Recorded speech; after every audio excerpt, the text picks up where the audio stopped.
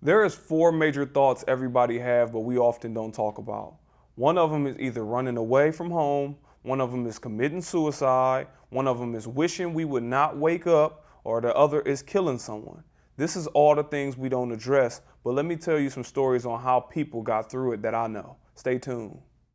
My name is Cyrus Harper, and my mission is to embody the emotion of overcoming. I travel the nation giving perspective to deal with suffering. These videos are to help you win that internal battle you've been hiding from the world. Stay tuned.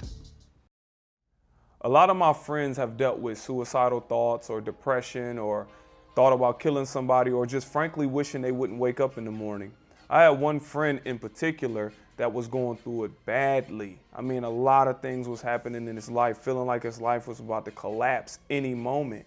One of the things that he did to change was he started looking at what's the best outlet for himself. He started looking at how he was eating. And the hardest part about being depressed, like I know, specifically being depressed at one point in my life, the hardest part is you know you don't care about nothing. I don't care if I wake up. I don't care to eat. I don't care to go play activities. I don't care to do none of that. That's one of the biggest things we suffer when we're dealing with depression.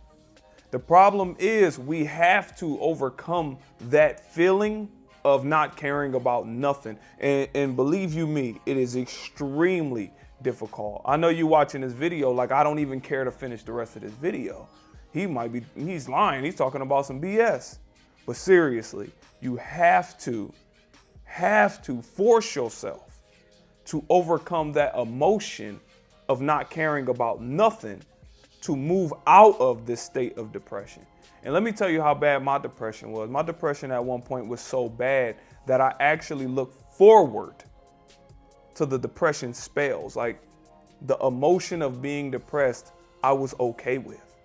But then I started looking at my life and I always evaluate things in long term. If I continue to live this way, how would it end up? If I continue looking forward to my depressive states, how would my life end up? But one of the things that my friends did was look for their proper outlet. One of my friends in particular wrote music, another one produced music, another one exercised, another one did a lot of things. Well, everybody do different things, but what I'm saying is you have to find your outlet. Even if it is playing video games, whatever it may be, you have to find your outlet, but keep going within it. It's one thing to just sit in the house all day and play video games, but what you're doing is depriving yourself of sun. And sunlight actually have effects on your body. Proper water actually have effects on your body. Food actually have effects on your body and mind. So we can't even grow out of this state of depression until we at least get some sunlight, some proper water, some proper food, etc. as a starting point. And as I said, I know what you're thinking because I thought the same thing. And I know what I'll be thinking listening to somebody like me right now while I'm depressed.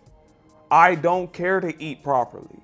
I don't care to go exercise. I don't care to do nothing. I just want to lay down and cry and, dwell because that's how I felt. But I'm telling you on the behalf of how I got out of it and how a lot of my friends got out of it. Because the depression has been deep. Because I've seen people do a lot of harm to themselves. And it's unfortunate. I don't want you to do the same harm to yourself. So you have to find your outlet. Look for that outlet. Even if it is going to jog, if it is eating, if it is talking to your friends, if it is just frankly organizing some people that feel as you feel. Because there's somebody somewhere going through the exact same things you're going through. And they can relate to your struggle. And at times, your words is what they need to get through it, just like their words will be what you need to get through it. Just like this video may help, or some of you may look at this and be like, I don't like what this guy is talking about.